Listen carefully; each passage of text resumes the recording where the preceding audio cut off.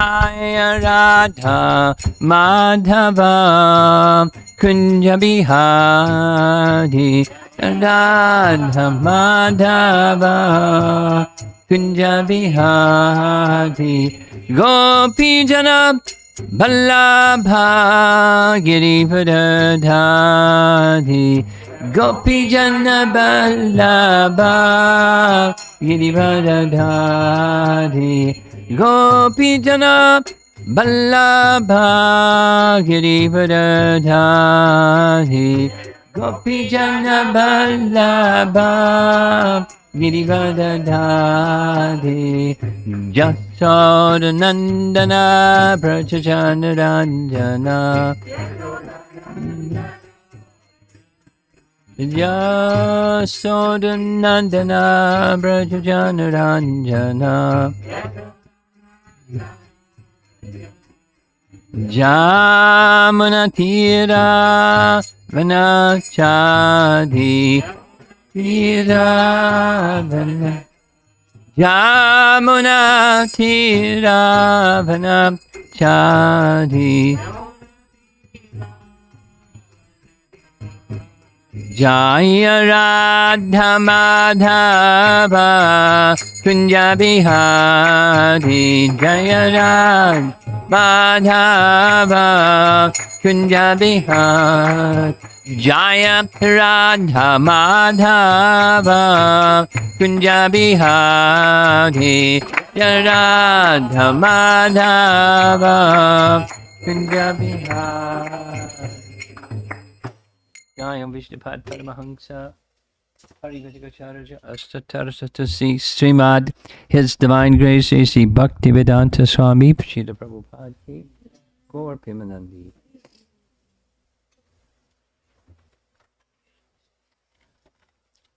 Om Namo Bhagavate Vasudevaya. Om Namo Bhagavate Vasudevaya. Om Namo Bhagavate Vasudevaya.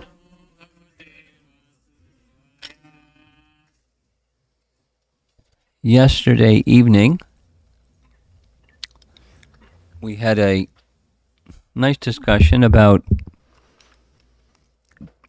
versions of Krishna's pastimes that are not versions that are found in Srimad Bhagavatam. And one of those references, I did some further research, and lo and behold, it's described in the BBT purport of the reference of Krishna spending 2 months in Vrindavan just after killing Dantavakra. Although it's not mentioned in the Bhagavatam, it's mentioned in the BBT purport.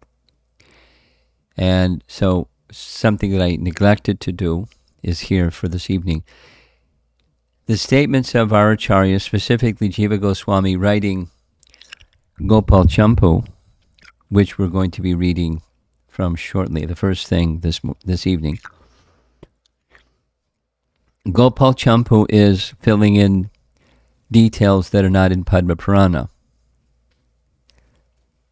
So, the context is Krishna killed Dantavakra.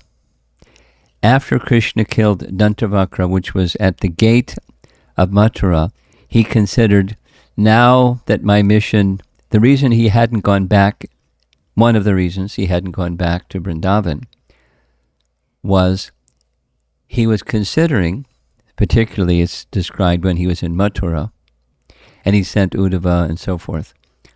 He didn't go because it would have led the remaining demons to understand that the residents of Vrindavan are very dear to him, and so the demons would have gone and harassed the residents of Vrindavan.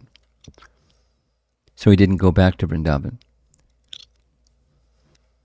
But after Dantavakra was killed, preceding the others who were killed, he then went back to Vrindavan.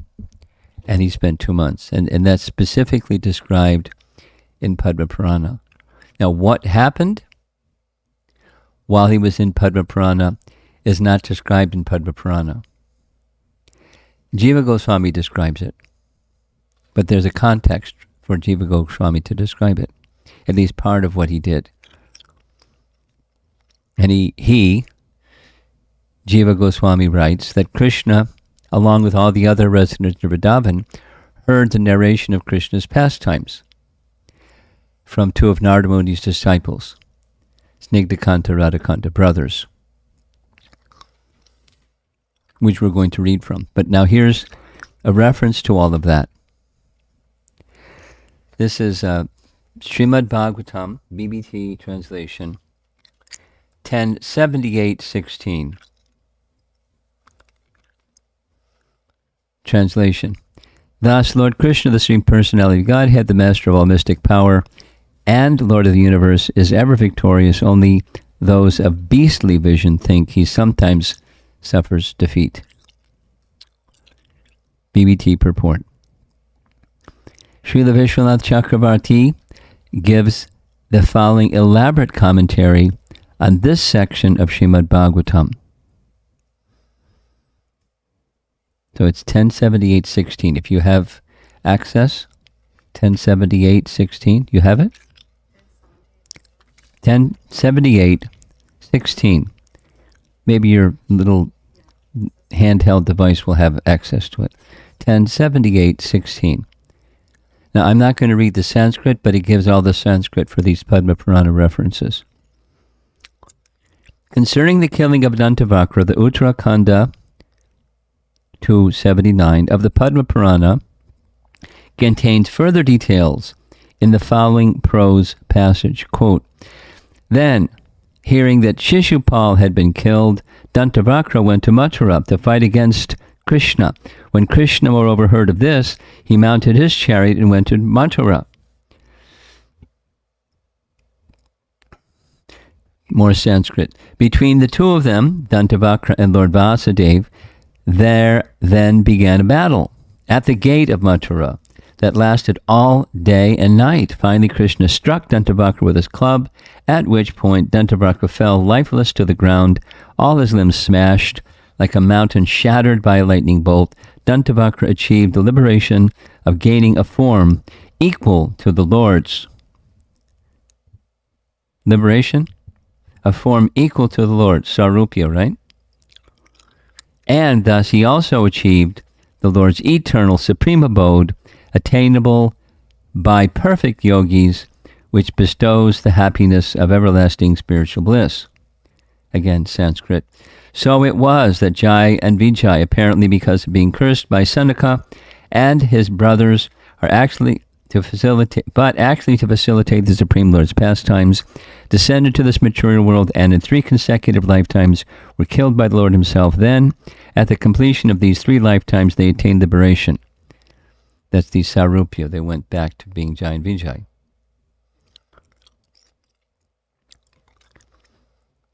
That was all Padma Purana, quote unquote. Then goes commentary. Vishwanath's commentary.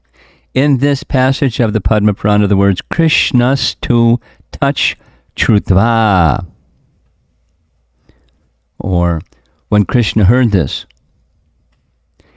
indicates that the Lord heard from Narada, who travels as swiftly as the mind, that Dantavakra had gone to Mathura. Therefore, immediately after killing Shalva, and where was Shalva killed? Dwarka, right? Outside Dwarka. So the distance between Dwarka and Mathura is really far. So listen. Therefore, immediately after killing Shalva, without first entering Dwarka, the Lord reached the vicinity of Mathura in a single moment on his chariot, which also moves as swiftly as the mind. And there he saw Dantavakra. Thus it is that even today, at the gate of Mathura, facing the direction of Dwaraka, there is a village known in the vernacular as Datiha. a name derived from the Sanskrit Dantavakra Ha, or the killer of Dantavakra, the western gate facing towards Dwarka. Datiha. This village was founded by Krishna's great-grandson Vajra.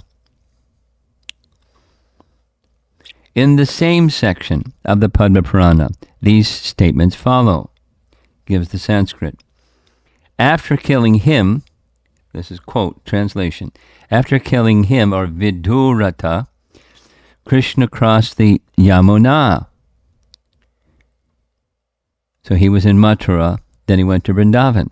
So in Padma Purana, Krishna crossed the Yamuna and went to the cowherd village of Nanda, where he honored and consoled his aggrieved parents. They drenched him with tears and embraced him, and then the Lord offered obeisances to the elder cowherd men and gratified all the residents with abundant gifts of clothing, ornaments, and so on. Again, quoting Padma Purana. Lord Keshava sported continuously with the cowherd women on the Kalindi's charming bank, which was filled with pious trees. Thus, the Supreme Lord assumed the appearance of a cowherd, resided there for 2 months, enjoying the pleasure of intimate pastimes in various moods of loving reciprocation. Continuing Padma Purana. Then, by Lord Vasudev's grace, Nanda and all the other residents of that place, together with their children and wives, assumed their eternal spiritual forms, boarded a celestial airplane, and ascended to the supreme Vaikuntha planet, Goloka Vrindavan.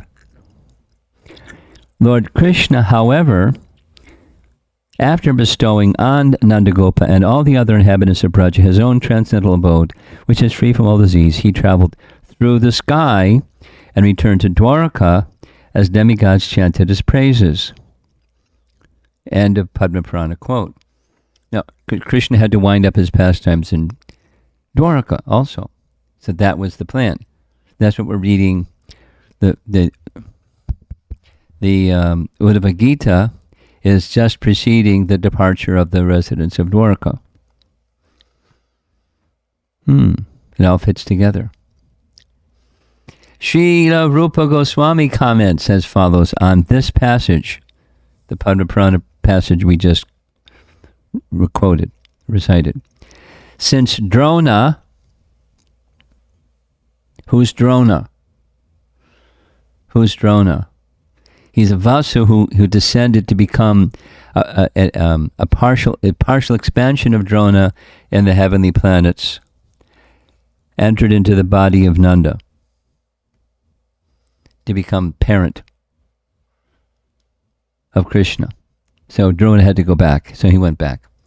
Since Drona and other demigods had previously descended to earth to merge as partial expansions into the king of Braja and other devotees of Vrindavan at this time, it was these demigod expansions whom Lord Krishna sent off to Vaikuntha. Lord Hari is perpetually enjoying pastimes in Vrindavan with his intimate devotees, the residents of Gokula, who are dearer to him than even his most dear other devotees. That's Rupa Goswami from Laghu Bhagavatamrita. And the commentary, BBT commentary to this verse continues. In the passage of the Padma Purana, the word putra in the phrase Nanda Gopadaya Sarva Jana Putra Daradi Sahita, or Nandagopa and the others together with their children and wives, refers to such sons as Krishna, Sridham, and Subal. So the sons of the elder Gopas. While the word Dara refers to such wives as Sri Yashoda and Kirtida, the mother of Radharani. The phrase, this is Vishwanath Chakravarti Thakur commenting. The phrase Sarve Jana, or all the people, refers to everyone living in the district of Braja. Thus, they all went to the topmost Vaikuntha planet Goloka.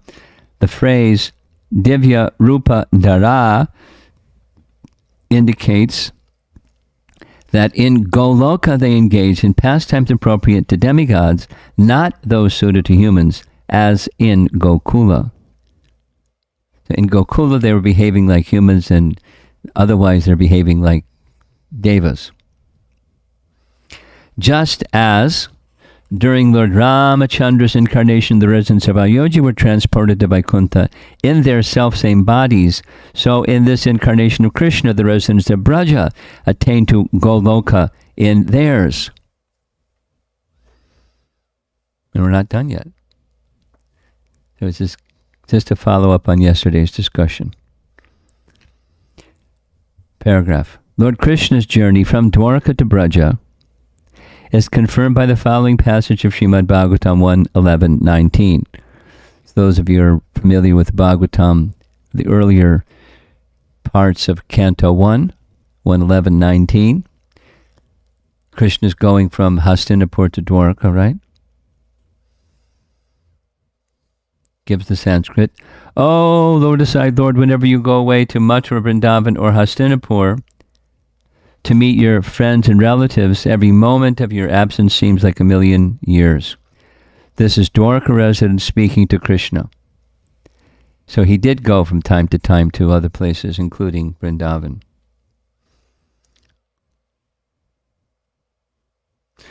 Lord Krishna had been harboring a desire to go see his friends and relatives in Braja ever since Lord Baladev had gone there. Balaram went from Dwarka to Vrindavan. But his mother, father, and other relatives, elders in Dwarka, had refused to give him permission. So he didn't go. Now, however, after the killing of Shalva, when Krishna heard from Narada that Dantavakra had gone to Mathura, no one could object to the Lord's going there immediately without first entering Dwarka. And after killing Dantavakra, he would have the opportunity to meet with his friends and relatives living in Braja. And half a page more. Thinking like this, and also remembering Uddhava's allusion to the gopis in the words Gayati Te Vishada Karma. From a previous chapter 71, this is chapter 78. Uddhava spoke about the gopis. He went to Braja, dispelling the feelings of separation of the inhabitants. For 2 months, Lord Krishna enjoyed in Vrindavan, just as before, previous to his leaving there to kill Kamsa in Mathura. Then, at the end of 2 months, he withdrew his Braja pastimes from mundane eyes by taking the demigod portions of his parents and other relatives and friends to Vaikuntha. Thus, in one complete plenary manifestation, he went to Goloka in the spiritual world, and another remained perpetually enjoying in Braja while invisible to material eyes, and yet another he mounted his chariot and returned alone to Dwarka. Krishna is very expert. It's 3 different Krishnas, or 3 different expansions of Krishna. One into Aprakat, one to the spiritual world, one to Dwarka.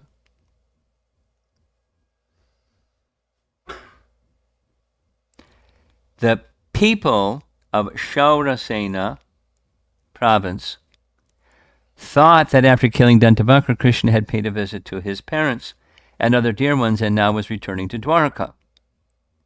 The people of Braja, on the other hand, could not understand where he had suddenly disappeared to, and so they were totally astonished. Paragraph. Furthermore, Shukadev considered that Parikshit Maharaj might think, quote, how is it that the same Krishna who caused the cowherds to attain Vaikuntha in their self-same bodies also caused the resident of Dwarka to attain such an inauspicious condition in the course of his Maushala Leela? Unquote.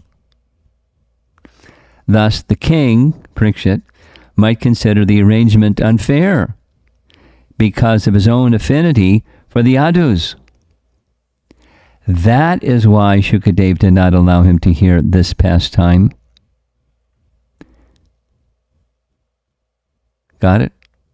It's not in the Bhagavatam.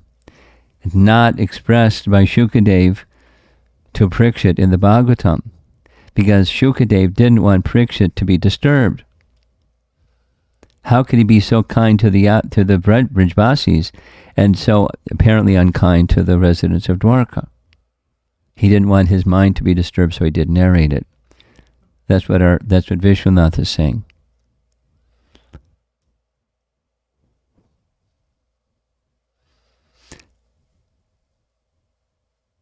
Which, as mentioned above, is related to Uttarakhanda of Sri Padma Purana. Finally, in Sri Vaishnava Toshani, Sanatana Goswami's commentary on the 10th canto, we find the following sequential list of pastimes. First was the journey on the occasion of the solar eclipse. Then the Rajasuya assembly. Then the gambling match and attempted disrobing of Draupadi. Then the Pandavas' exile to the forest. Then the killing of Shalva and Dantavakra. Then Krishna's visit to Vrindavan, and finally the winding up of the Vrindavan pastimes. Because it does, one of the distinctions between Itihasa and Purana is that Itihasas are chronological and Puranas are not. And so the chronology can be confusing. Therefore, from time to time, our acharyas will make the chronology clear, although they're not recited in chronological sequence as they are in Itihasas. And one final little point before we go on. I confirmed Garga Samhita is spoken by Garga Muni, and the occasion was Garga Muni. This is the beginning of Garga Samhita. Garga Muni decides to pay a visit to Shonaka Rishi's ashram. And after salutations, when he arrives, immediately Shonaka Rishi starts asking about incarnations of the Lord, and immediately Garga Muni starts reciting Garga Samhita.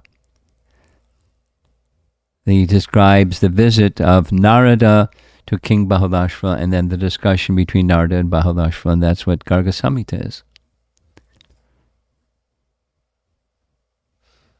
It's a description of Krishna's pastime, because that's who Bahulashva is interested in, Krishna. So now we're going to begin the evening class. That was our review from yesterday.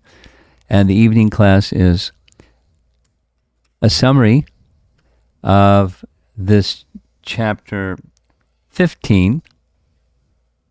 Chapter 15 is the killing of Dantavakra.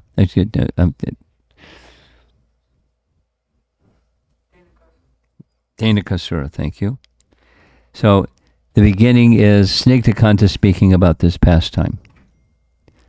Snigdhakanta is one of the two brothers that are narrating Krishna's pastimes in Vrindavan to the Brijbasis, the childhood pastimes, because that's when he was in Vrindavan. Snigdhakanta spoke. Though Krishna and Balaram's age was reckoned as 3 years, since time passed quickly according to the Bhagavatam 10:8-26, their Kumara period was extended an extra year. In other words, Krishna was precocious. He was behaving older than his age. But then there was that 1 year where he was all the calves and cowherd boys, so that added another year. At the request of the calves and boys, the Kumara age remained for another year till the 4th year, since it passed in a moment because of Krishna's and the boys' lack of enjoyment during that year. Means they were wherever they were. Some idea says they were in the cave for 1 year. Some idea says they were just motionless by the side of the river Jamuna, not eating, not sleeping, not just motionless for a whole year. Whichever the two places, a year passed, but it seemed like a moment. Yogamaya. Next. At the request of Krishna, Balaram also responded in the same way. Balaram didn't notice that all the friends of Krishna were Krishna till the end of that chapter. Then he went, wait a minute. And then Krishna disclosed everything. Then the Puganda age became fully manifest for 2 years. Now the chronology differs slightly from the Bhagavatam, because the Bhagavatam says it began his 6th year. Now here it says 4th and 5th year. Because of the quick appearance of Kaishora period after the joy of living together with friends.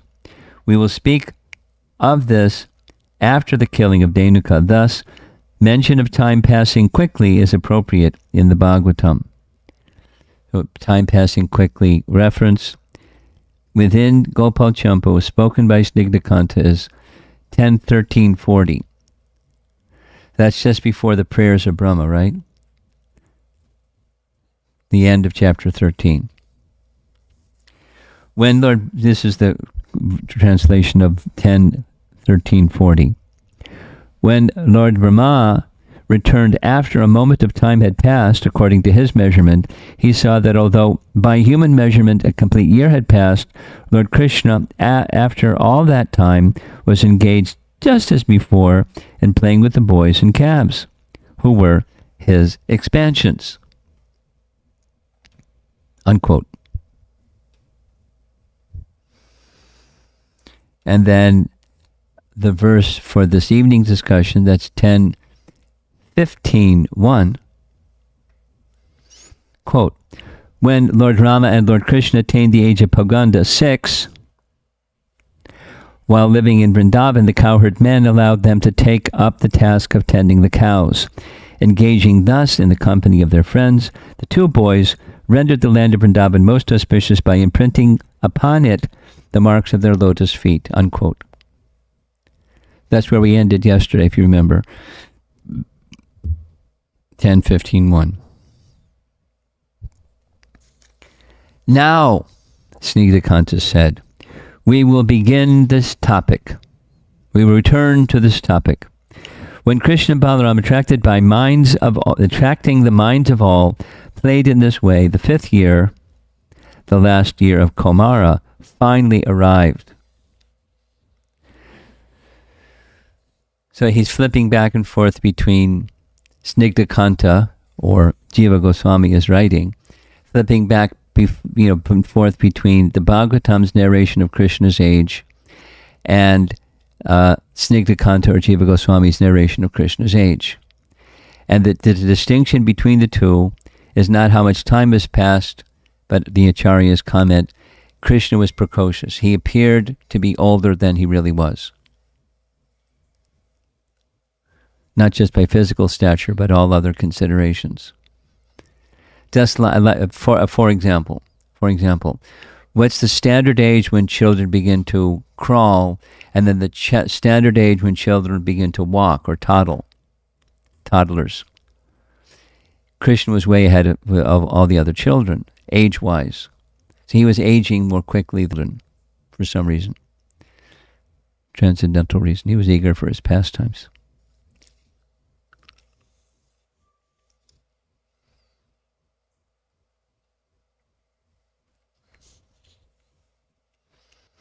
Krishna and Balaram reached the Puganda age, and their intelligence increased. Krishna's blackness and Balaram's whiteness defeated their luster. In the Kumara period, their chests increased in size, and their eyes and other limbs became longer. Their hair and clothing became more elaborate. They became skillful at learning new types of play. Affection increased. This makes me desire to see them.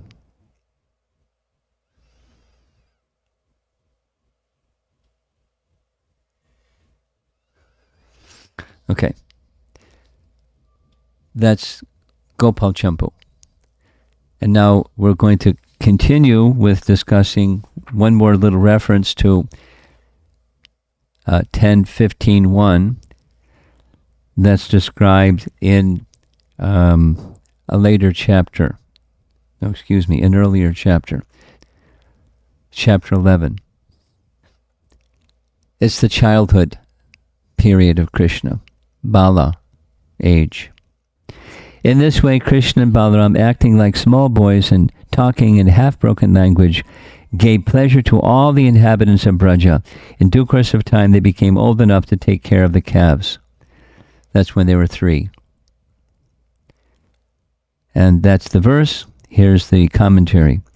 The sequence of events in Mahavan, according to age, is as follows.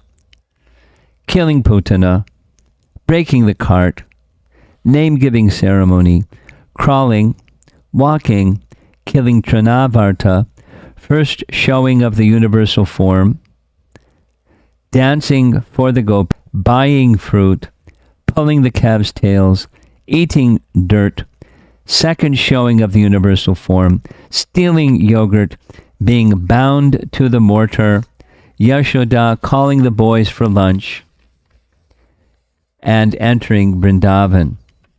That was 3 years, 4 months. Now the pastimes in Vrindavan begin. They pleased the people of Braja by their childhood actions and charming speech as previously. Evam. In the same Kumara period, Svakalena, they began herding the calves. The two entered their Kumara period at the end of 4 years, though normally it ends after 5 years. For it is said, 10:8:26 Bhagavatam, "Oh, sage among kings, within a very short time, both Balaram and Krishna began to walk very easily in Gokula on their legs without the need to crawl." So that marks a transition, and they were ahead of their age. Paragraph. In Vrindavan, they continued their Kumara period for 1.5 years, since the stealing of the calves by Brahma took place within this period as well. Later in this chapter, it is said, quote, "In this way, Krishna and Balaram passed their Kumara age in Braja by engaging in activities of childish play." That's chapter 11. And chapter 15, when Balaram and Krishna attained the age of Pauganda, while living in Vrindavan, the cowherd men allowed them to take the task of tending the cows. Listen to this. However, Harivangsha says, concerning their playing in Mahavan, Krishna and Balaram passed through their Kumara period and stayed in Mahavan till the age of 7. Explanation. Age of 7 should be understood to mean that they acted like 7 years old. As with other contradictions, some people explain that this description is from... Fascinating, huh? You got to be really attentive, otherwise you get really lost. So now we're going on to text number 2. 10:15:2. If you have your handheld device and you like to follow along. Translation. Thus, desiring to enjoy pastimes, Lord Madhava, sounding his flute, surrounded by cowherd boys who were chanting his glories, and accompanied by Lord Baladev, who kept the cows before him, Krishna, and entered the Vrindavan forest, which was full of flowers and rich with nourishment for the animals. And the BBT purport, by that I mean this is not Prabhupada, it's the followers. Srila Sanatana Goswami has explained the various meanings of the word Madhava. as follows. Madhava normally indicates Krishna to be, quote, the Lord who is the consort of the goddess of fortune, Lakshmi. This name also implies that Lord Krishna descended in the dynasty of Madhu. Since the spring season is also known as Madhava, it is understood that as soon as Lord Krishna entered the Vrindavan forest, it automatically exhibited all the opulences of spring, becoming filled with flowers, breezes, and a celestial atmosphere. Another reason Lord Krishna is known as Madhava is that he enjoys the pastime in Madhu, or the taste of conjugal love. Paragraph.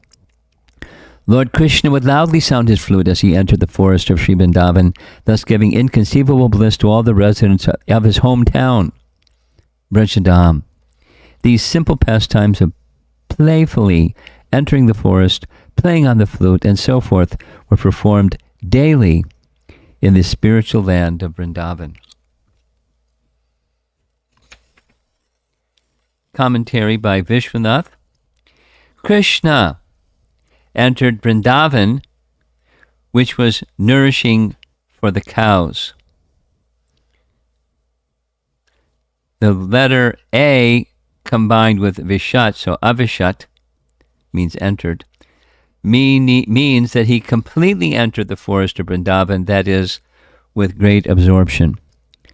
By using the word Madhava, which also means the spring month, called Madhava, there is an indication that Krishna, like spring, caused the forest to rejoice with blossoms. Poetic. Jiva Goswami writes, I really like Krishna's pastimes in Vrindavan. I like reading what our commentators say. Having stated in a general way that the two boys herded the cows, Shukadev now describes details of the sweet pastimes by describing the first day, with Krishna being most prominent, so that this need not be described elsewhere. Tat indicates Vrindavan, or the forest with indescribable glories. Madhava means the dearmost of Lakshmi. Out of great prema, remembering the particular pastime, Shukadev uses this word. It indicates that Vrindavan was filled with all treasures. Madhava also means springtime, causing joy to the forest. They played their flutes loudly because of joy on entering the forest themselves, and because of eagerness to announce joyfully to the inhabitants of the forest that they had arrived. Their friends glorified them out of joy and love at the beginning of their forest play. They entered within the forest with affection, avishat. Another meaning is that they made the inhabitants of the forest become submerged with thoughts of Krishna, avesha. The forest was naturally filled with flowers of all seasons, kusamakaram. Since the forest was suitable for the cows would be happy, and there would be no effort to care for them. Since they were surrounded by other boys, the two boys had strength. Thus, they had the elements for playing happily. Thus, it is said, they desired to play. The mood. Everything is perfectly orchestrated. Sanatana Goswami writes, having stated in a general way that the two boys herded the cows, Shukadeva now describes details of the sweet pastimes by describing the first day, with Krishna being most prominent, so that this need not be described elsewhere. Tat indicates Vrindavan, or the forest with indescribable glories, or Shukadev, out of great prema, indicates the place is the essence of all things. Madhava means the dearmost of Lakshmi. This indicates that Vrindavan displays all wealth. Or it means he appeared in the Madhu dynasty to reveal his unlimited qualities as Bhagavan. It also indicates that where Krishna enters the forest When Krishna enters the forest, it displays all flowers and fruits of spring, Madhava. Or it indicates that Vrindavan enjoys Madhura Rasa. He loudly played with his sweet, bud-like lips. Means he played his flute. He played to give joy to the inhabitants of the forest by announcing his entrance, or he became joyful on entering the forest. Since he was surrounded by boys singing his glories, he was joyful with a desire to play, and used the flute to announce his play. Pashun indicates buffaloes as well. He entered with affection, Avishesha. This suggests that when he entered, all the birds and animals became absorbed in Krishna, Avesha. He entered the forest full of flowers. In autumn, there is a wealth of flowers, or Vrindavan is always filled with flowers by its nature. He herded the cows without effort. He went with the boys and Balaram. This indicates that they made up the ingredients for joyful playing.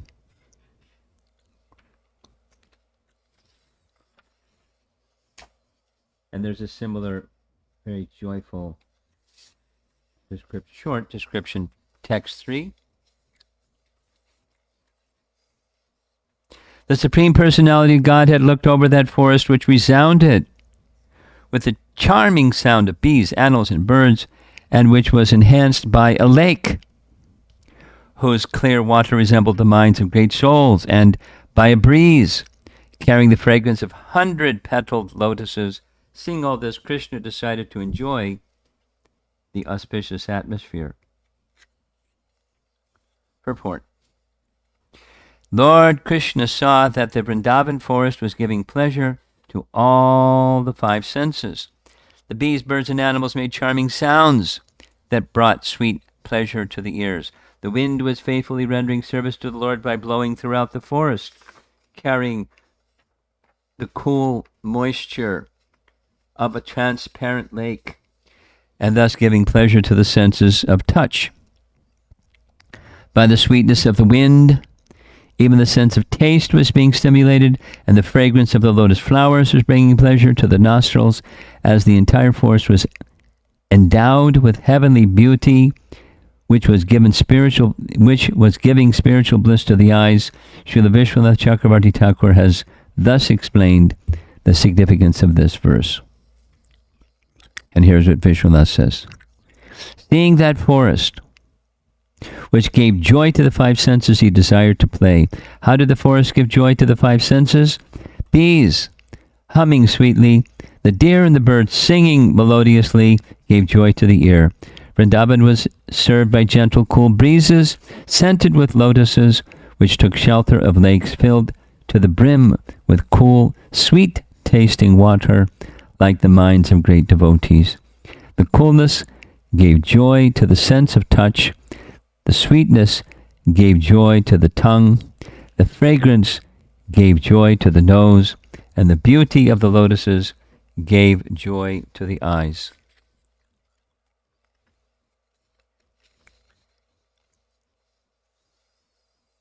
Okay. Jiva Goswami, describing other glories of the forest, Shukadev describes the beginning of Krishna's playing. The pools were filled with water clear as the minds of great devotees. Thus, they were suitable for the Lord's pastimes. Many pools are indicated. A comparison is made between the mental functions of the devotees and the water particles which are carried by the wind. Casting his joyful glance everywhere, his mind became absorbed in prema, and he decided to play. The word Bhagavan suggests Krishna's power to bewilder everyone completely. And short conclusion, Sanatana Goswami's commentary. Describing other glories of the forest, Shukadev describes the beginning of Krishna's playing. The pools were filled with water, as clear as the minds of great devotees.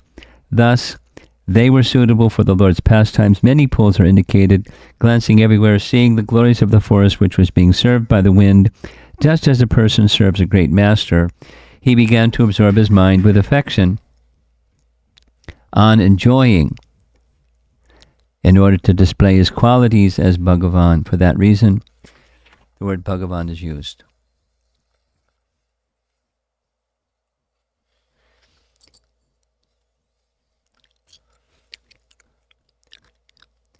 The Sukadev is a relisher of rasa.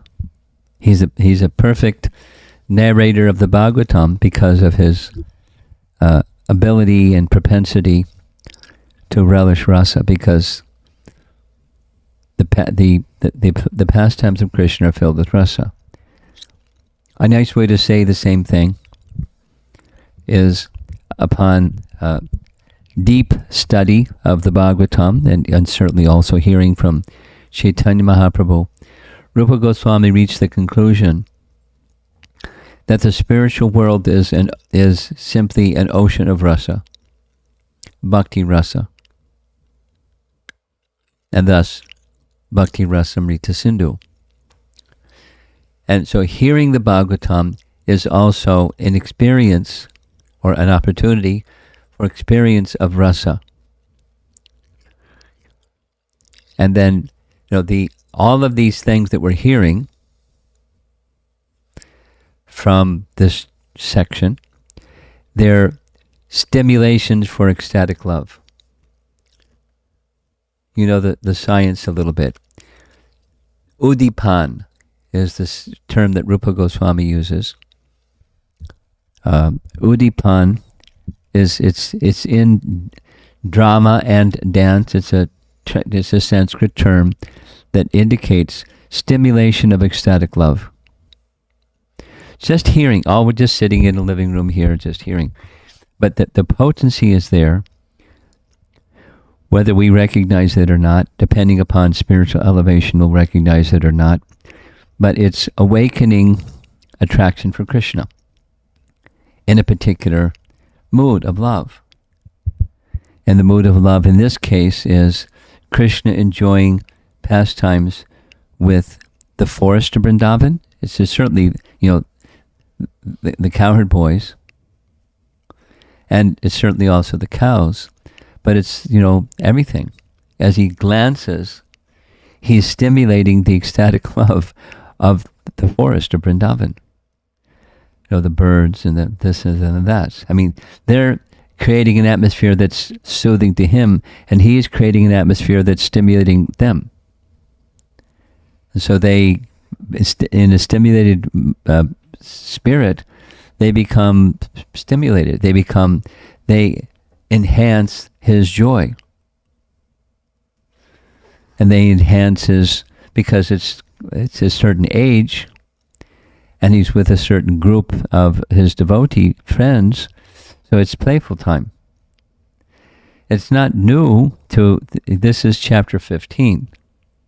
And it's a new age, Poganda age, but he's even better at playing than he was when he was little. And when he was little, we heard a brief outline of how he played with his friends, pulling the tails of the calves and the whole thing. It's very, he knows how to enjoy. And there's varieties of enjoyment, and thus he enjoys in varieties of ways. And all we're doing is just hearing, but it has the effect of stimulating that love. And by the stimulation of that love, there's cleansing that occurs simultaneously. On the one hand, cleansing, on the other hand, stimulation. Detachment and attachment. Just from the hearing process. We're pretty covered, so it takes a while for the hearing process to really take full effect. But it's the right process. And then in that process, properly performed, then there's remembrance. And the remembrance is not just the memorization kind of remembrance, but the awakening of our forgotten relationship with Krishna kind of remembrance. Because you will find yourselves, if you hear nicely, and discuss with others nicely, you'll find yourself just in the middle of whatever you're doing, remembering some passage, remembering the feelings of attraction for something in relation to Krishna's pastime. Someone's in the bathroom already. You'll see them come out. You have to wait. Okay, so that's just the effect, the natural effect of Shrimad Bhagavatam, hearing Shrimad Bhagavatam from the right sources. From the right sources. We're not so accustomed to a phenomena that does exist in India.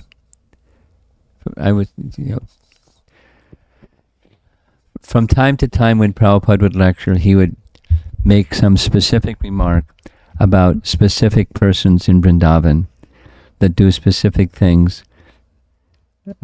Recently I heard him speaking about, there's one explicit Mayavadi and in Vrindavan, and people don't go to hear him.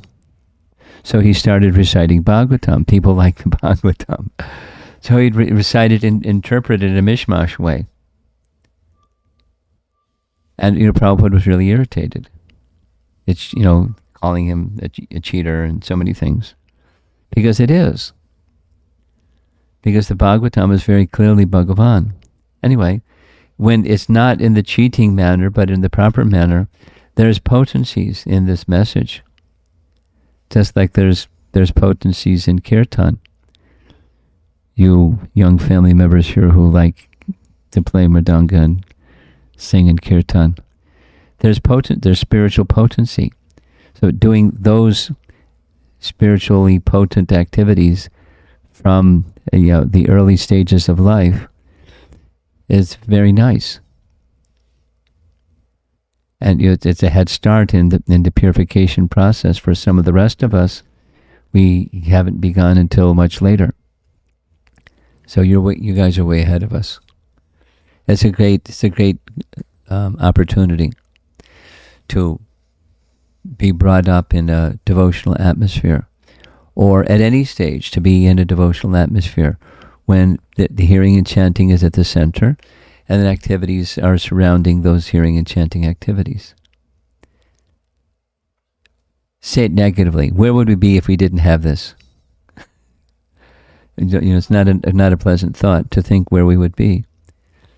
So it's a great treasure, and it's the path, the most effective recommended path in spiritual life. Hearing and chanting the name, qualities, pastimes, loving exchanges of Krishna with his devotees in the best of all places, his home in Vrindavan.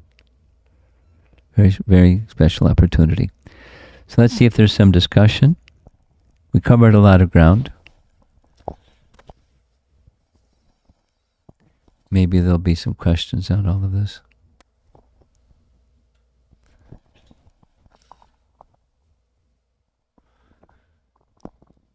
Are you ready? There's a hand up. Put your hand up again.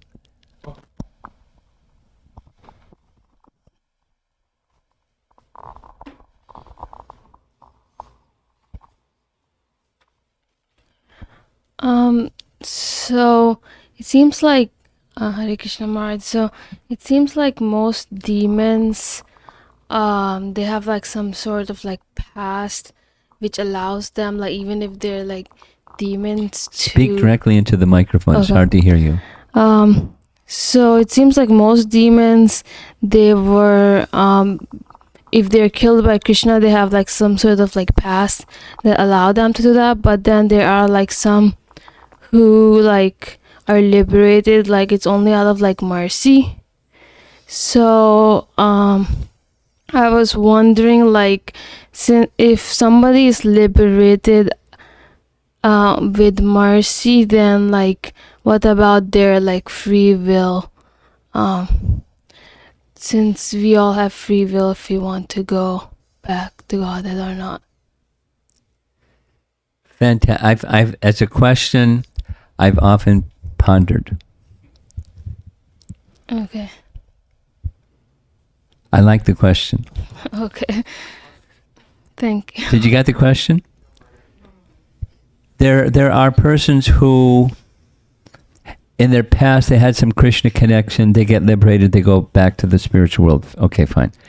There's others, we don't know what their past is, but somehow they go back to the spiritual world. So there's free will involved in going to the spiritual world.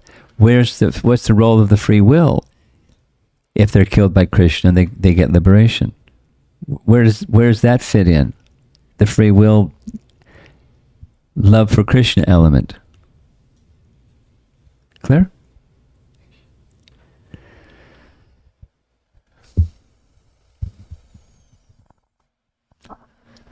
The best that I've been able to, well, I'll start with this. There's a very long verse or collection of verses in Canto 2, Chapter 7, where it's lists. Shukadeva Goswami lists. Could you look it up? 2-7 something. The list of persons, demons, killed by Krishna that get liberation. And they've fallen in these two categories and some other besides those two categories. So my understanding is this. I haven't read this. It's just an understanding. It comes from Bhaktisiddhanta, actually. The living entity, it's something we covered in the morning class. The living entity by nature is pure.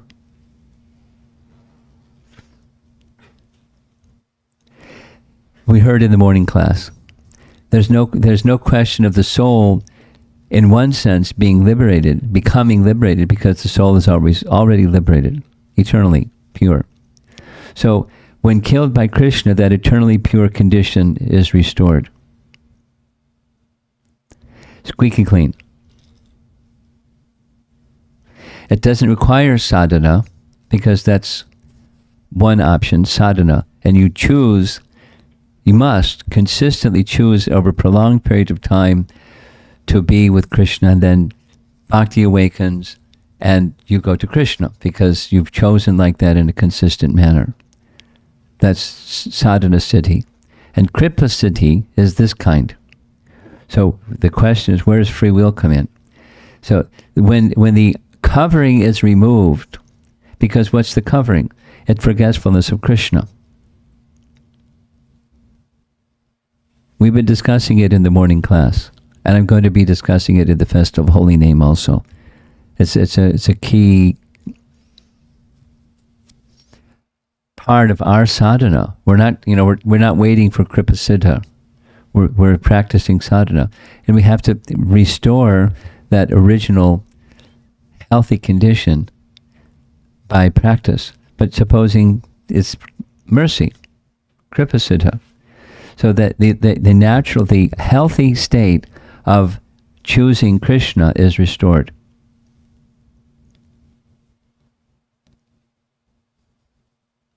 And that healthy state of choosing Krishna, when restored, is there's some devotion to Krishna. Or, depending upon the particular type of liberation and the destination that one achieves. Because not all, the demons that are killed by Krishna, there's others that achieve liberation. And their destination isn't Goloka. There's some demons that Krishna, like Shalva.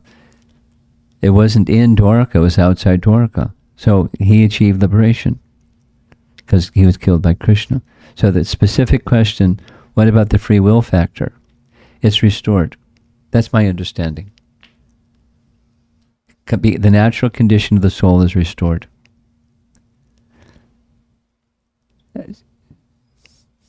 Exactly this topic was discussed in the morning class. Becoming liberated is an idea, it's a notion, but the soul is already, it doesn't become. The soul that's pure is already liberated, and that's the soul. So the covering is removed by Krishna's killing. So that's the free will is restored. Did you find the verse? Canto 2, chapter 7, but I don't know the number. It's describing Krishna. There's multiple verses in chapter 7, and it gives a list of those who, killed by Krishna, achieved liberation. Something else?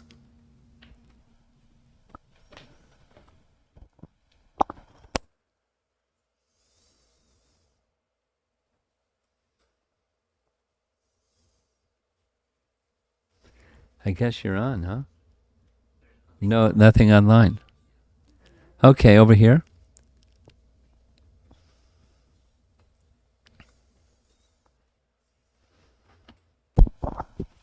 Just a curiosity question, Maharaj. So Dhenukasura pastime happens on the very first day when Krishna starts herding cows, No. or the Gopashtami day? No. No. No. I mentioned that because of our discussion yesterday about where does this Gopal Champu fit in. It didn't happen at that time. Not at all. Because Krishna's, it happened, when he's been living in Dwarka for so many years.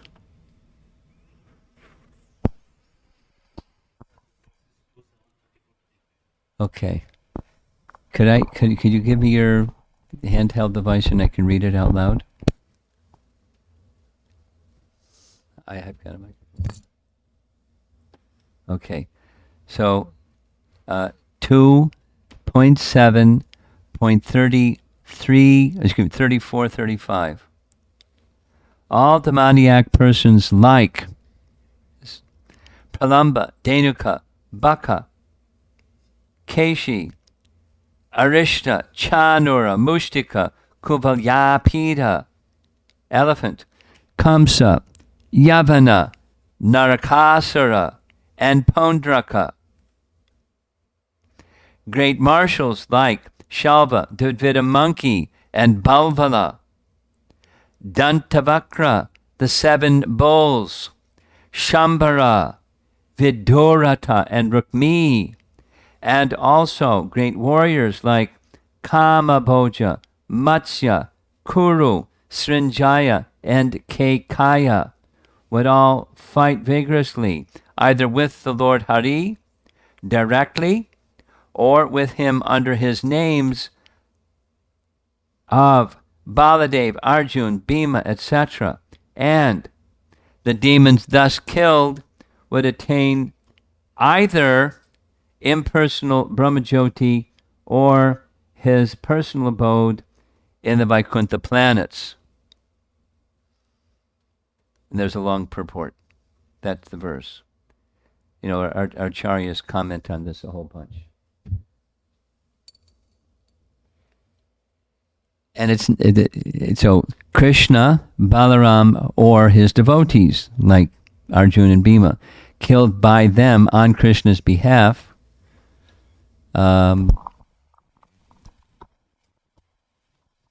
they get liberation of one kind or another. It still leaves the free will question open.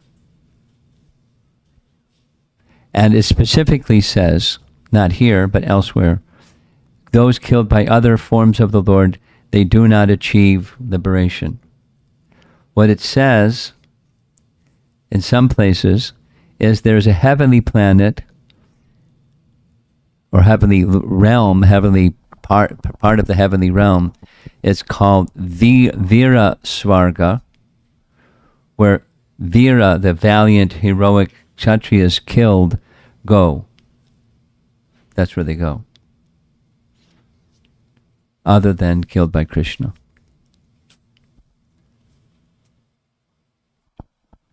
Big science. Go ahead. Thank you, Maharaj, and for your nice. Is it on? Okay. Oh. I feel really fortunate today with your gracious presence. He's our host, by the way, for those of you that I just have one small query which sometimes comes in, and so we know that Krishna is by hearing his pastimes and by listening about Krishna's Krishna Katha, we often get elevated and enthusiastic. But there is also a parallelly some kind of fear also travels in our mind, that what if we can't attain Krishna at some point or something like that. So What has what? what if we can't attain, even if even What after- if we don't get there?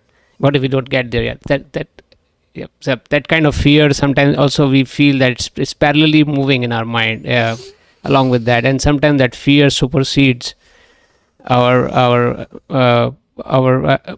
dedication or our basically like whatever the faith we have.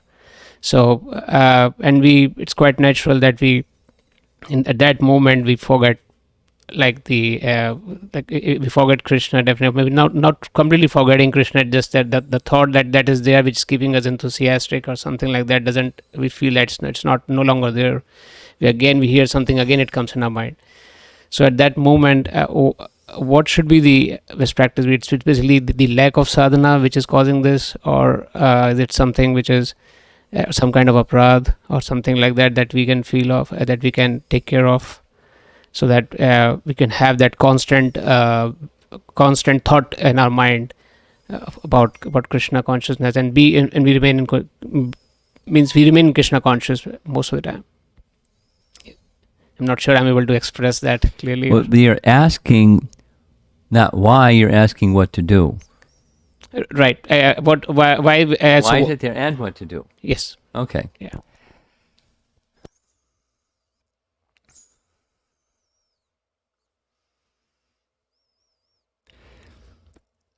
The material condition is caused by ignorance. Or the root of all ignorance is ignoring Krishna.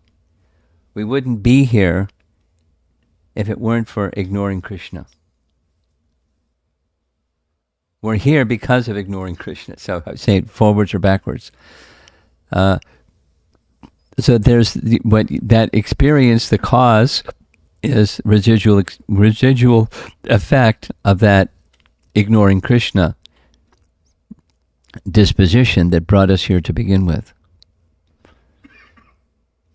And so that, as you know, there's two divisions of Maya's potency: the covering and the throwing. The covering is the turning away, and the throwing is we go darker. We go into darker places. That's the darker place. It's a Maya force that's prompted by the primordial spirit, of misuse of free will, ignoring Krishna. That's why it's there. And it can come and go, but it's just recycles. And what to do is you say no to Maya and say yes to Krishna. And you practice saying no to Maya and yes to Krishna. And Maya, it doesn't just get up and go away right away, but Maya gets it. Okay, he or she is very determined to be with Krishna. And then Krishna calls Maya off. Okay, leave him alone. You get Krishna's protection.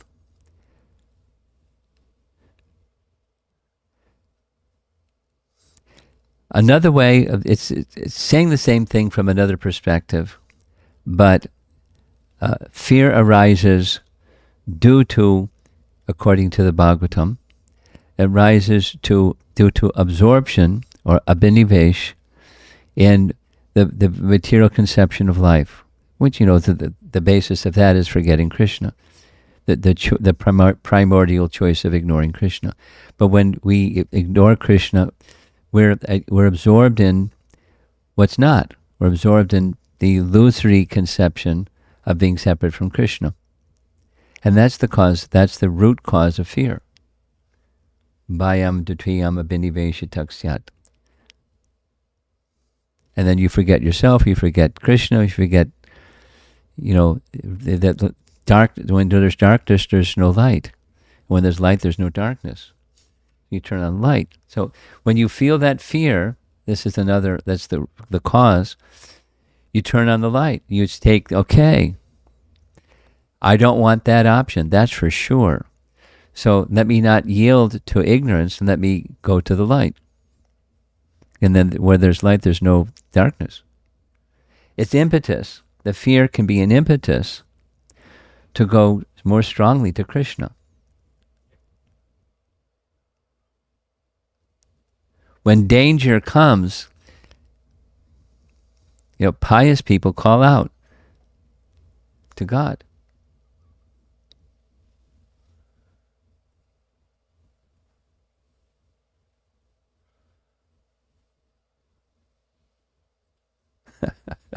I'm thinking of, I was visiting somebody once in a remote place, and they were really into nature, so they wanted to take us on a nature boat ride and so on and so on.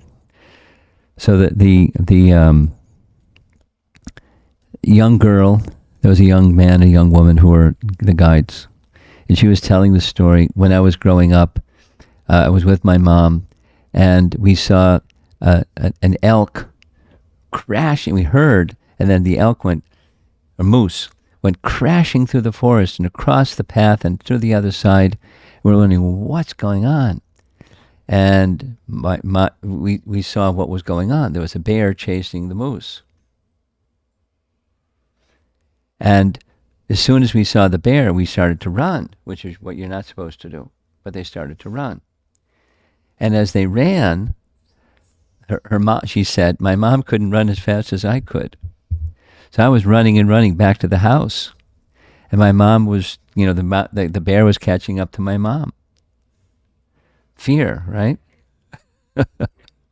So the guide said, my mom stood with his arms. This is what you're supposed to do. You're supposed to make your body look really big. I learned this from Bhakti Marg Swami. If you see a bear, you make your body look, because they don't have good sight, you make your body look really big. If you're in a dangerous situation, you'll be chased by a bear, now you know what to do. Don't run. Make your body look really big. And she called out at the top of her lungs, this is the guide said, in the name of Jesus. And the bear stopped. Went away. So you turn to God when there's danger, when there's fear. A pious person, right? That's right from Bhagavad Gita. 4 types of pious people render devotional service to me. And when there's a need, so you turn to God. There's fear, you turn to God. Take it as an impetus to become more committed to be in Krishna's shelter, not just like end the cycle of birth and death, but wherever, be in Krishna's shelter. Then you're okay. Fear's gone, because the absorption in duality is gone. But you get absorbed in the duality. It's overwhelming, and it's all illusion, anyways. And so go for reality, and that the illusion is terminated. Even if the bear catches you.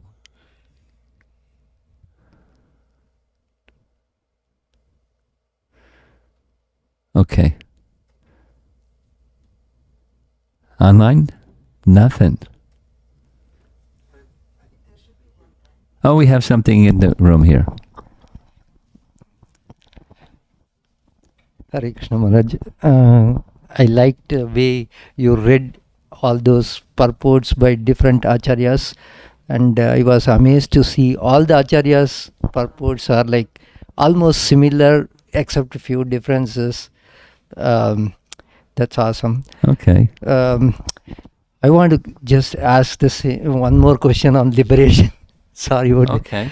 So you just now read about liberation, and you said, okay, this person's got killed by Krishna, they went to Vaikuntha. Okay, this person's got killed by Krishna, they didn't get liberation. So how That's not what I said. Okay, sorry. All who were killed by Krishna got liberation. Okay. Different kinds of liberation, Sayuja, Vaikuntha, and Goloka, but liberation. Killed by Krishna means liberation. So my point is like, how do we explain, when people read these purports, so they may take it like, if I if I am positive, I'm following the positive path, and somebody comes in and reads this message and say, hey, see, look at these guys, they are envious of Lord, I'm envious of Lord, if Lord kills me, I directly go to Vaikuntha. Sure. So I'm positive, but I'm striving hard, but that doesn't take me there. It takes a long time. So how do we explain that? Well, it's a very simple answer. And people that aren't simple aren't going to like a simple answer. But a simple answer is that the liberation, that's not recommended. What's recommended is favorable. Anukulyena Krishnanushilanam. That's what's recommended. The favorable is recommended. The favorable is, so we cultivate bhakti.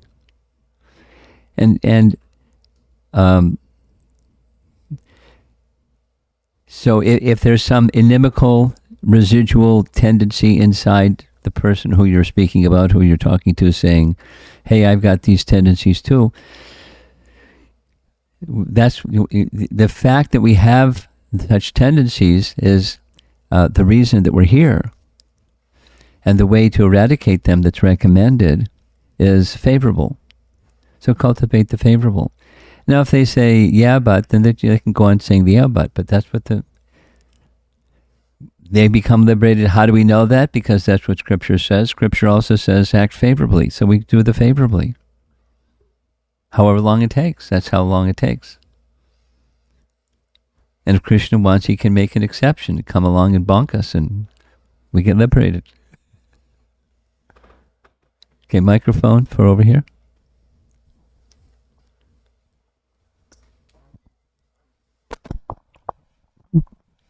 Archana Vaidya Mataji asks, do the successful jnanis or impersonalists always get Sayuja Mukti? No. Impersonalists don't always get anything. The impersonalists can endlessly take birth and death in this material world. It's rare to achieve that stage where they actually merge. It's rare because being squeaky clean is rare. Just because I'm an impersonalist doesn't mean I'm squeaky clean. Her second question was, some demons enter the body of Krishna, but Prabhupada has said that Sayuja Mukti is spiritual suicide. How can this be seen as Krishna's mercy? Well, it depends on what happens after they merge into the body of Krishna.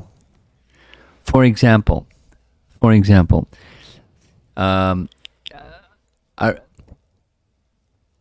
Shishupal merged into the body of Krishna, but where did he go after that?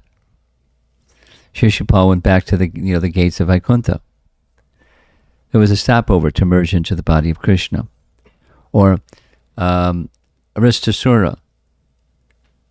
Now, Agasura merged into the body of Krishna. There's a very detailed explanation there's a series of steps, and I can't remember that detailed explanation, of after merging into the body of Krishna, he went to a series of steps and then attained Vaikuntha. It comes back to her question about free will. Like, did he say on the menu, that's what I want to go to Vaikuntha? So it was reciprocated with. He went to Vaikuntha because that's what he wanted. That was his free will. Or was it some special mercy arranged? So it's some special mercy arranged. And the aspiration, going back to her question, the aspiration to become one means no service. No form, no qualities, no personality, no service. It's like hell. A straitjacket with a gag in your mouth in a padded cell. Forever. That's hell. Worse than hell. So the devotee says, no thanks, I don't want. It's worse than hell. I want to be in service to Krishna. With that statement, it's hellish, means no service. For a devotee, That's hell. Service. Whatever the situation, let me serve. That's it? Yeah, there's nothing else. Okay. You have something else.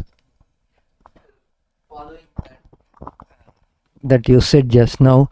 So when somebody goes to Vaikuntha, I understand, like, they got some service, that's why they were Yes, able to yes, step yes. into the Vaikuntha, right? Yes. So how do you explain that, like, in this case of Which case? when you said, like, devotees doesn't want liberation, so They don't want the Sayuja kind of liberation. Okay. Does that answer your question? okay. Okay.